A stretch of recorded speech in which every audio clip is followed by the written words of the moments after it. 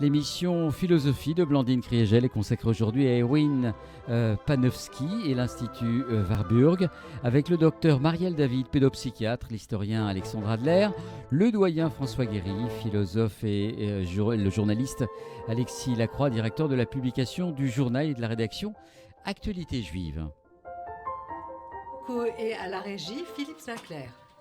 Alors, chers amis, aujourd'hui, n'est-ce pas, donc, parmi les philosophes contemporains, eh bien, après Malraux, très célèbre, très connu, nous allons parler de quelqu'un qui est bien connu des spécialistes, des historiens de l'art et des philosophes de l'esthétique, mais beaucoup moins connu du grand public. Il s'agit de Panofsky, Erwin Panofsky, et de l'Institut Warburg. Aby Warburg lui-même n'est pas non plus très connu, alors que ce sont deux penseurs qui ont joué un rôle absolument fondamental dans l'histoire de l'art du XXe siècle.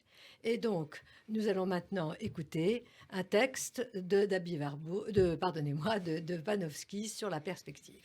Erwin Panofsky, la théorie de la perspective. Perspectiva est un mot latin signifiant vision traversante. C'est en ces termes que Dürer a cherché à cerner le concept de perspective. La perspective est définie comme discipline annexe de la géométrie. Piero della Francesca se sert du terme de prospettiva. Pour nous, la perspective, au sens prégnant du terme, est donc l'aptitude à représenter plusieurs objets dans une partie de l'espace, de telle sorte que notre regard traverse pour plonger dans un espace extérieur imaginaire découpé par les bords du tableau. Tandis que la peinture du Nord, en prenant pour départ la méthode du Trecento italien, semble pour l'essentiel être parvenue à la construction, entre guillemets, correcte par des voies empiriques, la praxis italienne a appelé à l'aide la théorie et son processus mathématique. La définition fondamentale d'Alberti, le tableau est une intersection plane de la pyramide visuelle, devait faire l'unanimité. La Renaissance avait ainsi réussi à pleinement rationaliser sur le plan mathématique l'image de l'espace. La perspective n'est rien d'autre que l'expression concrète du progrès simultanément accompli dans la théorie de la connaissance et la philosophie de la nature.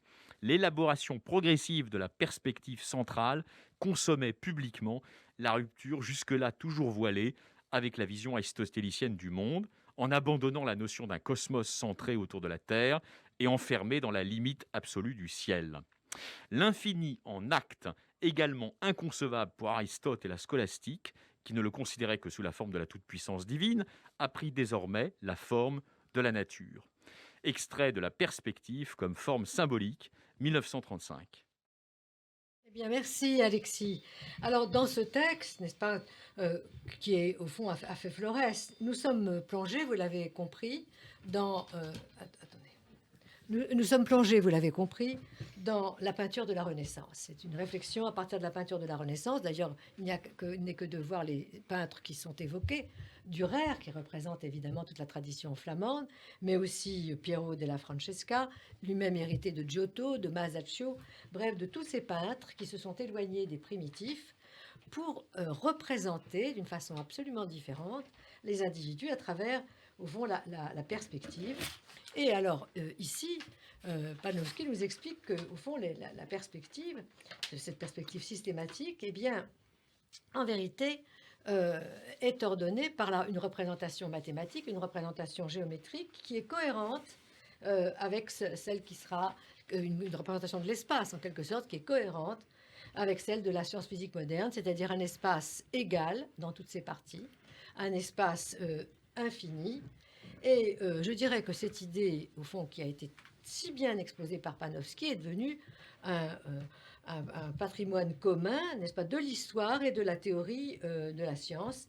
Et donc, il est vrai, n'est-ce pas, que c'est tellement important, cette conception de la perspective, que beaucoup d'historiens de l'art aujourd'hui, et puis de nous-mêmes, qui n'est-ce pas, simples amateurs qui regardons les œuvres, nous savons bien que cette idée de la perspective qui a duré jusqu'au début du XXe siècle, enfin, eh bien, jusqu'à la fin du XIXe siècle, au début du XXe siècle, a été entièrement bousculée par Cézanne, par Picasso, les deux Mademoiselles d'Avignon, par Braque et tant d'autres. Et donc, en fait, voilà, c'est ce monde classique. Alors, quand même quelques mots sur Panofsky.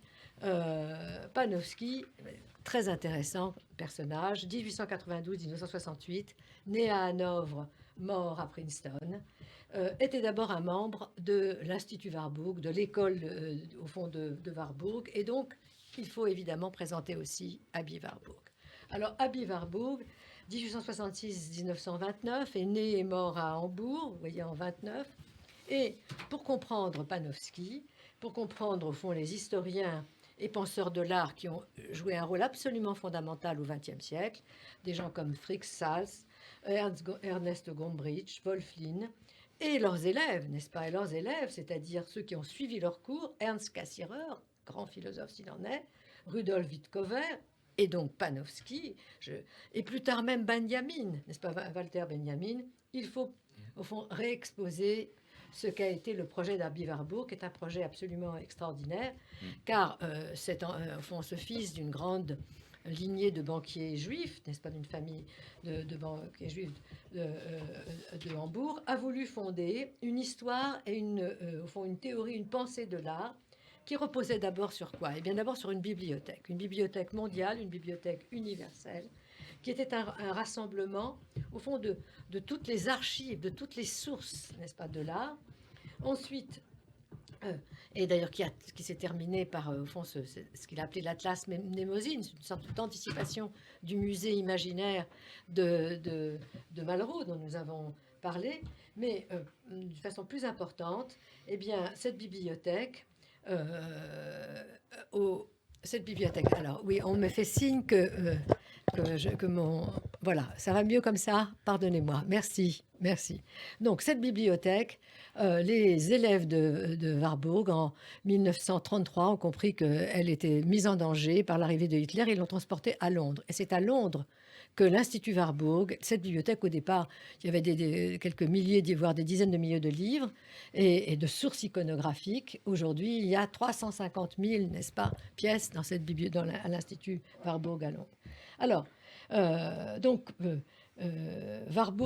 Aby Warburg s'est intéressé d'emblée, n'est-ce pas, au fond d'abord à Laocoon, vous savez, la fameuse statue, puis à la Renaissance, n'est-ce pas?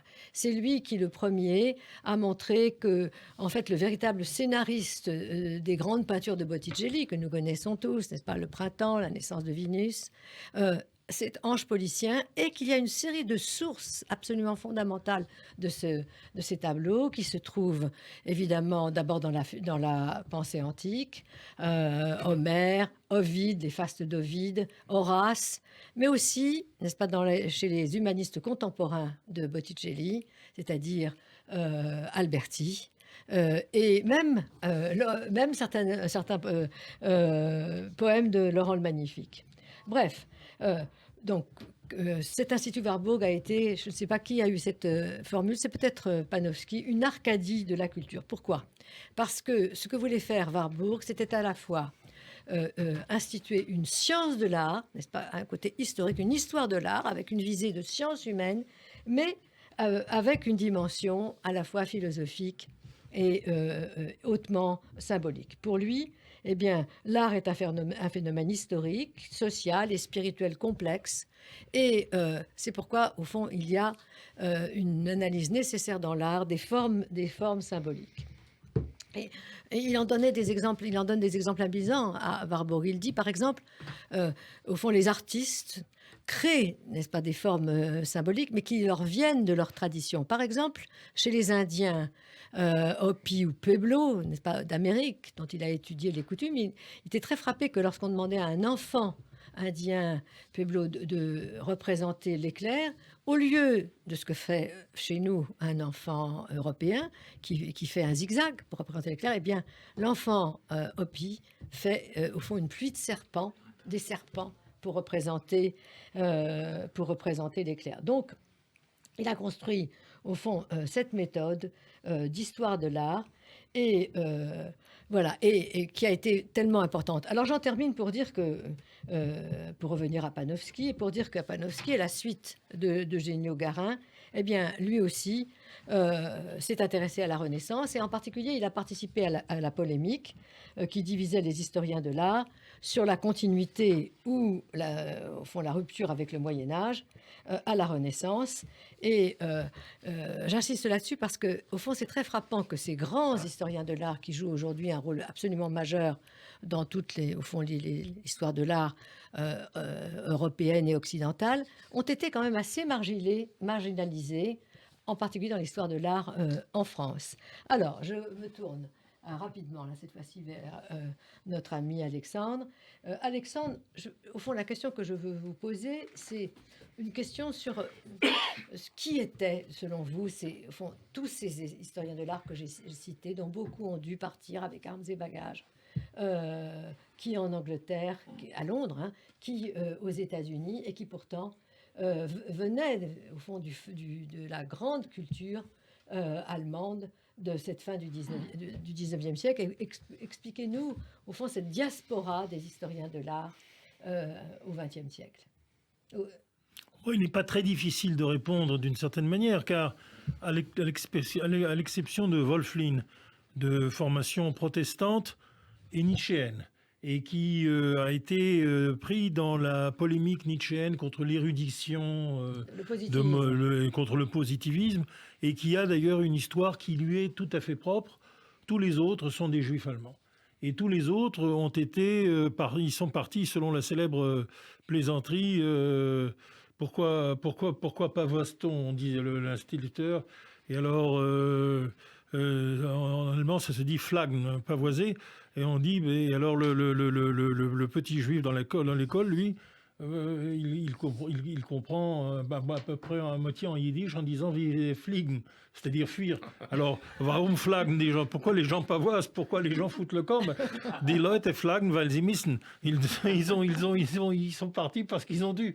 Et effectivement, la réponse est toute simple. Pourquoi tous ces juifs allemands sont partis? Parce qu'on les a foutus dehors. Évidemment, s'ils avaient pu rester, ils auraient préféré, et de beaucoup, certains même, comme Adorno, ont essayé de revenir, mais finalement, l'Engadine leur convenait mieux que l'Allemagne, même si elle ouvrait les bras et leur donnait une espèce de réparation. Il n'y en avait pas. Et Hans Bloch ensuite en RDA. En Allemagne de l'Est, il était là pour les emmerder quand même, alors donc il était content. Mais disons quand même que le retour en Allemagne n'a pas été tout à fait facile, et que l'Angleterre, effectivement, a été l'endroit où la plupart se sont retrouvés. Et les États-Unis, parce que Ernst Cassirer a Princeton, bien sûr, les États-Unis. Après, ça a été les États-Unis pour ceux qui avaient les moyens et qui avaient un peu d'intelligence. Mais quand même, c'est ce que j'ai découvert à Londres uniquement par hasard. Je tombe à un moment donné sur cette Atlantide. C'était en fait le coin de l'Institut Warburg, et il y avait une grande librairie avec plein de livres sur l'Allemagne, justement, tous écrits par des juifs allemands. Je dis, mais comment je suis tombé là-dessus? Ben oui, c'était eux. Et en fait, il y a un endroit à Londres où ils se sont réfugiés, et malgré le Blitz et malgré les bombardements, ils sont restés là, par contre. Mais, bon, merci beaucoup, Alexandre. Alors, François, la question que je vais vous poser, elle concerne, au fond, la grande idée que Panofsky met en avant, plus encore que l'iconologie à laquelle on le réduit quelquefois, qui veut dire simplement, au fond, de garder des sources des images, n'est-ce pas? Il ne s'agit pas de faire une adoration des images, mais surtout, sa grande idée, c'est celle des formes symboliques. N'est-ce pas? Qu'il existe des formes symboliques, que l'art, l'histoire de l'art, c'est une histoire qui va de forme symbolique en forme symbolique, et ce n'est pas... Là, il y a quand même une polémique de tous contre un certain positivisme, un retour au fait. Oui. Alors, qu'est-ce que vous nous diriez, François, de ces formes symboliques, chères à Warburg et à Panofsky, et à Ernst Cassirer, n'est-ce pas, qu'il a aussi théorisé? Et est-ce que vous pouvez nous expliquer ce que c'est? Pour rester exactement dans le cadre de ce que vous avez présenté, à savoir, un, le texte de Panofsky, et deux, l'itinéraire d'Abi Warburg. Abi Warburg a lui-même cherché de ce côté de forme symbolique. Vous avez cité le serpent chez Léopi, qui est une sorte de schème, si on veut, et qu'on retrouve donc dans la peinture de la Renaissance, ce qui fait une sorte d'étrange quand même court-circuit, ce qui est d'ailleurs très typique d'Aby Warburg, puisque lui, il pense qu'au fond, il y a quelque chose d'éternel dans l'art. Il n'y a pas des coupures épistémologiques, si on voulait appeler comme ça ce que propose Panofsky. Lui, Aby Warburg, il pense que quelque chose est intemporel, si on veut. Non, parce qu'il y a une recréation des formes. Non, il y a une transformation des formes. Il y a une métamorphose des formes. D'accord. Chez Léopi, chez Laocoon, c'est-à-dire donc dans la mythologie grecque, etc., et à la Renaissance, quelque chose passe. Donc l'idée semble-t-il, d'Aby Warburg, c'est qu'il ne faut pas périodiser outre mesure. Il y a quelque chose qui passe. Alors je vais citer un autre cas, parce que ça me semble ressembler aussi à cette idée de forme symbolique. Gauguin a commencé à Pont-Aven par étudier... cultiver en peintre les calvaires bretons. Oui. Alors, il pensait que les calvaires bretons étaient, si on veut, un pathétique intemporel. Ils sont expressifs, ils ne tiennent aucun compte, alors évidemment, de l'espace moderne, les 3 dimensions, etc. Ils n'en tiennent aucun compte, ils sont uniquement expressifs et pathétiques. Et il peint lui-même 3 calvaires bretons, un jaune, un bleu. Et vous voulez nous dire qu'il l'a retrouvé aux îles Marquises? Oui, et il a trouvé une inspiration dans quelque chose de primitif, sans pour autant entrer dans l'opposition entre ce qui est primitif et ce qui est développé, moderne, etc. Oui. Il considère que le primitif est au fond intemporellement inspirant. Et de la même façon, Gauguin a été ensuite chez dans les îles polynésiennes, où il a retrouvé aussi cet art primitif. Alors le troisième cas qu'il faudrait étudier plus en détail parce que je le trouve passionnant, c'est Chagall et sa façon de représenter dans une composition qui, elle, alors vraiment, ne doit absolument rien à la perspective moderne, etc., représenter, au fond, comme en rêve, et d'ailleurs c'est ce qu'il explique dans un livre qui s'appelle « Ma vie », tout simplement, représenter en rêve des scènes étranges, et des scènes qui ne sont pas proprement vécues, mais on pourrait presque dire hyper vécues, parce qu'il dit la chose suivante. Quand je suis né, il y avait un incendie dans le quartier juif où il était à Vitebsk, en Biélorussie. Il y avait un incendie, donc ma mère m'a mis dans une auge dans laquelle buvaient des vaches, et en particulier des vaches rouges qui étaient destinées à un sacrifice rituel. Il n'y était pas, si je puis dire. Il ne le sait pas, mais il le représente. Alors on voit une vache qui boit. Elle est elle-même, si on veut, cette vache allaite un veau et un enfant. Et puis, dans le ciel, il y a un personnage féminin, une paysanne, qui perd la tête. Et l'interprétation qu'il en donne lui-même, c'est l'expression « perdre la tête » veut dire aussi avoir la tête dans les nuages, etc. Et il explique que le folklore juif contient une chanson qui est « Quand tu te marieras, représente-toi ce que ça va être ». Oui. Donc, une chanson qui évoque, si on veut, le rêve de la jeune fille d'être mariée. Elle en perd la tête, et lui, il dessine sa tête qui s'en va vers le ciel, avec le corps. Mais oui. Mais alors, pour revenir à Aby Warburg, Warburg pensait qu'au fond, toute la culture communique avec toute la culture, et que chaque peintre, qui est un créateur, au fond, se sert des formes symboliques dont il a besoin. C'est-à-dire, il représente ce dont il a besoin à un moment T, et que tout... Alors, évidemment, c'est le grand mérite, vous avez raison, François, de nous expliquer qu'au fond, d'une certaine façon, la peinture moderne. Pourquoi Chagall, qui a beaucoup de choses, il y a beaucoup de traits byzantins, mais est considéré comme aussi un des grands peintres modernes. Alors, je me tourne maintenant vers notre ami Marielle David, le docteur Marielle David. Je sais que, Marielle, que vous êtes depuis très longtemps intéressée à Aby Warburg de façon très intéressante, également très intéressante pour nous. Et je voudrais vous demander tout simplement ce que vous pensez d'Aby Warburg. Pourquoi vous vous êtes intéressée comme psychanalyste à Aby Warburg? Je me suis intéressée comme psychanalyste parce que Aby Warburg a une théorie qu'il a appelée le pathos formel, qui a à voir avec le symptôme. Oui. Et donc, d'une certaine façon, cet élément qu'il traque à travers toutes les civilisations, eh bien, ça a à voir pour lui avec le symptôme, et en particulier, pour reprendre ce qu'a dit François Guéry, il va s'intéresser aux jeunes filles. Oui. Voilà. Donc ces jeunes filles vont aussi beaucoup intéresser Freud. C'est la même époque. Les nymphes, les jeunes la filles. Gradiva. Oui, La Gradiva de Jensen. Voilà, la Gradiva de Jensen. Et donc, ils vont élaborer comme ça tout un... C'est un centre d'intérêt majeur. Bon, par ailleurs, Aby Warburg va avoir des moments difficiles. Et il va finir dans une clinique d'un élève, d'un ami plutôt de Freud, qui s'appelait Bieswanger, à Zurich. C'est pas sa fin, hein, c'est un épisode. Hein. C'est un épisode. Et on va lui dire, enfin, on va penser qu'il est ceci, finalement, on va faire venir. C'est très intéressant, un grand aliéniste qui va dire non, en réalité, il est simplement maniaco-dépressif. Et à partir de ce nouveau diagnostic, on va lui dire, d'accord, vous nous faites une conférence sur les Hopi, et si votre conférence sur les Hopi est satisfaisante, eh bien, vous sortirez.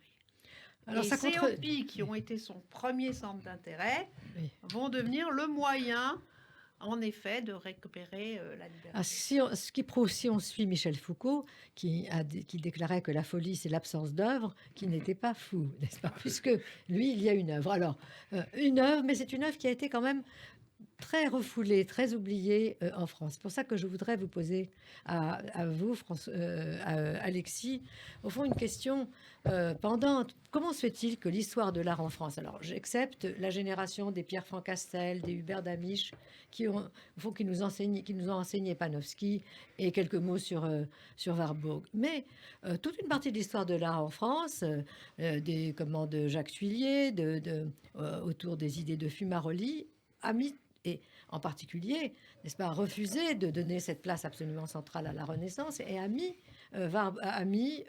d'une certaine façon à l'index Panofsky et Warburg. Expliquez-nous pourquoi, si vous le savez. Il y a deux hypothèses. La première, c'est la suivante. Votre question, évidemment, est importante. Cette relégation, cette forclusion, au fond, de ces intuitions essentielles de ce judaïsme allemand. D'où ça vient? Ça vient de l'académisme. D'abord, l'académisme français, qui est un académisme, au fond, secrètement, alors plus ou moins avoué, mais secrètement anti-Renaissance. Anti-quoi, j'entends pas. Anti-Renaissance, qui a un problème avec cette idée d'un univers infini et mathématisable. Donc c'est l'ultra-conservatisme, notamment catholique, bien sûr, qui a jeté comme ça un manteau de Noé sur les découvertes de ces gens-là. Ça, c'est la première raison, et cet académisme se survit, notamment, bien sûr, dans les institutions académiques de la République. Jacques Tuillier dit de Masaccio qu'il est un réactionnaire. Ça m'a quand même frappé. Et la deuxième raison me paraît d'une certaine manière... La deuxième raison, oui, sans doute qu'il a raison, mais la deuxième raison me paraît plus intéressante, en réalité. C'est que, vu du point de vue de beaucoup de Français, d'intellectuels français, d'artistes français, d'historiens de l'art, ils ne comprennent pas le Big Bang de ce judaïsme allemand, et notamment... Et le symbolique, les formes symboliques. Mais bien sûr, de cette partie de l'intelligentsia que vous avez rappelée. Laissez-moi juste terminer. De cette partie de l'intelligentsia que vous avez rappelée, Panofsky, bien sûr, mais derrière lui, Wittkower, Cassirer, etc., qui s'est intéressé à la philosophie des formes symboliques. Et mon intuition est la suivante. C'est qu'avant Walter Benjamin, ils ont voulu faire monter sur une sorte d'arche symbolique dans un pressentiment fulgurant de la catastrophe à venir, de l'horreur nazie. Voilà. Un pressentiment, bien avant d'ailleurs. C'est une génération, vous l'avez rappelé, qui est née entre 1860 et 1880. Enfin, et ils ont Warburg, pas les autres. Oui, les autres sont mais plus jeunes, c'est la génération suivante. ils ont eu cette intuition. Oui. Qu'on retrouve d'ailleurs dans la littérature, qu'on retrouve chez des auteurs comme Joseph Roth ou ensuite Hofmannsthal, bien sûr, et évidemment Stefan Zweig et Musil. Ils ont eu l'intuition de l'effondrement d'un monde. Et donc, face à cet effondrement d'un monde, ils ont été dans une démarche qui n'a jamais été celle des Français, et notamment des gens qui sont dans l'académisme français, de faire monter sur une arche de papier, une arche symbolique, le maximum de formes de culture pour défendre la civilisation contre la barbarie. Et ce fut d'ailleurs ensuite le geste de Walter Benjamin, qui est toujours réduit encore aujourd'hui, malgré le culte qui l'entoure, à un certain nombre de clichés dans la société française. Mais pourquoi? C'est pas parce que les Français sont méchants, c'est parce qu'ils comprennent pas ce geste juif allemand par excellence. Qu'est-ce que vous en pensez, Alexandre? La Théba, oui, c'était... On a l'intuition, effectivement, de la catastrophe, et donc, comme Noé, eh bien, on rassemble tous les animaux, on rassemble la collection et on essaie de la transporter ailleurs, au sec. Alors, dans un monde... C'est ça, la bibliothèque Warburg. Dans un monde qui vrai, lui, saura et c'est finalement... Il y a quelque chose de la grande... à la fois l'Angleterre et l'Amérique. Il y a quelque chose, Alexandre le dit très bien, oui, mais il y a quelque chose de la grandeur tragique du collectionneur dans ce geste, et je crois que c'est un geste qui est extérieur à la spiritualité française.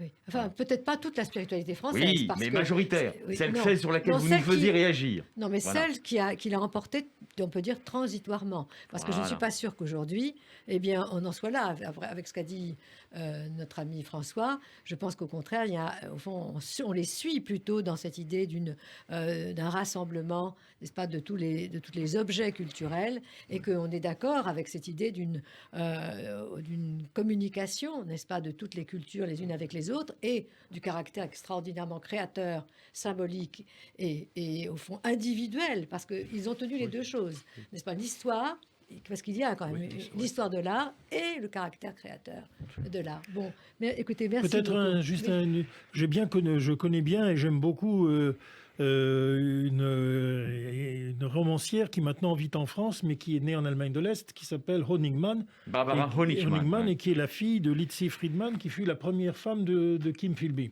Et alors, elle m'a dit que, au fond, la caractéristique que je retrouve dans la génération de mes parents aussi, c'est le chiner.